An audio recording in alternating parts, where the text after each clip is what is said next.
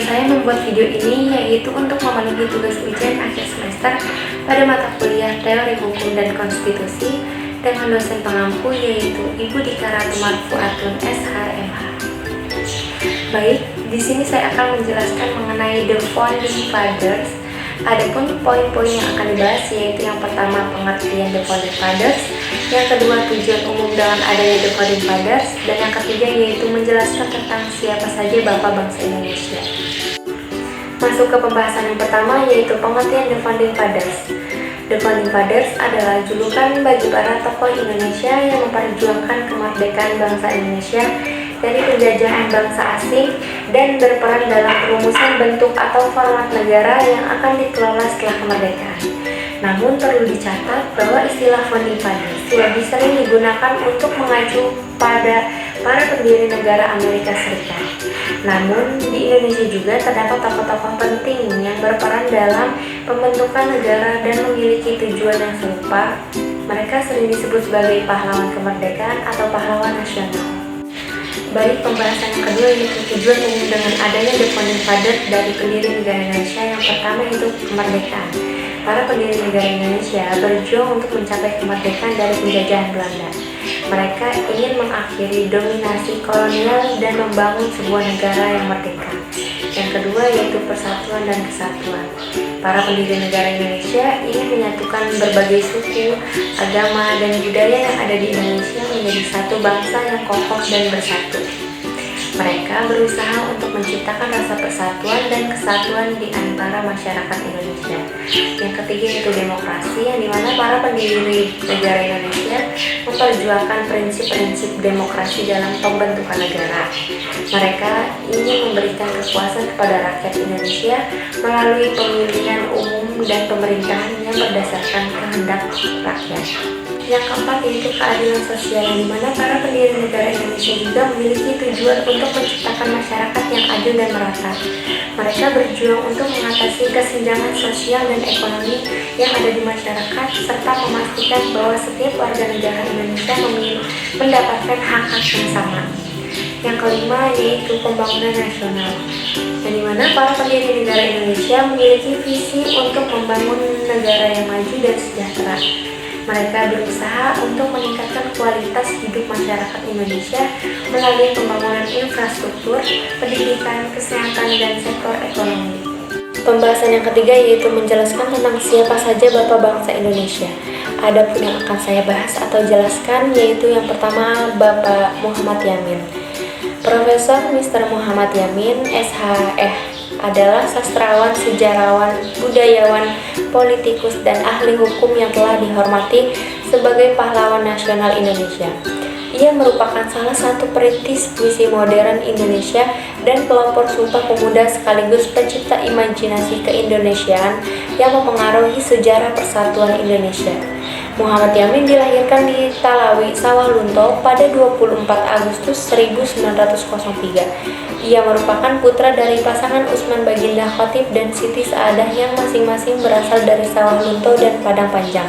Salah satu kontribusi signifikan Yamin adalah mengusulkan konsep tentang ketuhanan yang Maha Esa dalam rumusan dasar negara. Yamin terlibat dalam Badan Penyelidikan Usaha Persiapan Kemerdekaan Indonesia yaitu BPUPKI, sebuah lembaga yang bertugas merumuskan dasar negara. Yang kedua yaitu Supomo. Profesor Dr. Mr. Supomo adalah seorang politikus dan pengacara Indonesia yang menjabat sebagai Menteri Kehakiman pertama negara itu dari Agustus hingga November 1945 dan lagi dari Desember 1949 hingga 6 September 1950. Dia dikenal sebagai Bapak Konstitusi Indonesia dan ia secara anumerta dinyatakan sebagai pahlawan nasional Indonesia oleh Presiden Soekarno pada tahun 1965. Supomo dikenal sebagai perancang Undang-Undang Dasar 1945 bersama dengan Muhammad Yamin dan Soekarno. Supomo dilahirkan pada 22 Januari 1903 di Sukoharjo. Ia berasal dari keluarga priai, kakek dari pihak ibu dan ayah keduanya adalah pejabat tinggi pemerintah. Supomo menjadi salah satu dari 62 anggota pada sidang pertama yang berlangsung dari 29 Mei hingga 1 Juni, ia menyatakan dukungannya untuk masa depan Indonesia menjadi negara kesatuan yang kuat dengan alasan bahwa itu sesuai dengan norma-norma masyarakat Indonesia. Terkait konsep dasar negara, Supomo merumuskan 5 sila yang diberi julukan atau nama. Adapun 5 rumusan dasar negara menurut Supomo itu: yang pertama, persatuan; yang kedua, kekeluargaan; yang ketiga, keseimbangan lahir dan batin; yang keempat, musyawarah; dan yang kelima, keadilan rakyat. Baik, yang ketiga yaitu Soekarno. Seorang Soekarno ini sebagai salah satu founding father juga dikenal sebagai penggali Pancasila.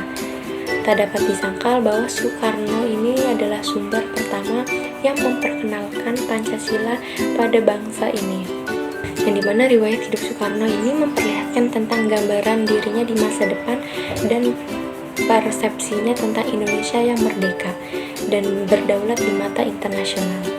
Kemudian 5 prinsip dasar negara tersebut kemudian oleh Soekarno diusulkan agar diberi nama Pancasila.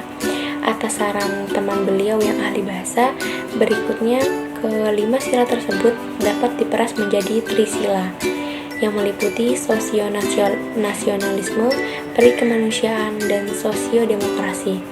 Nah, urutan sila-sila Pancasila yang diucapkan oleh Insinyur Soekarno pada tanggal 1 Juni 1945 seperti yang telah penulis sebutkan, yaitu yang pertama, kebangsaan Indonesia; yang kedua, internasionalisme atau perikemanusiaan; yang ketiga, mufakat atau demokrasi; yang keempat, kesejahteraan sosial; dan yang kelima, ketuhanan.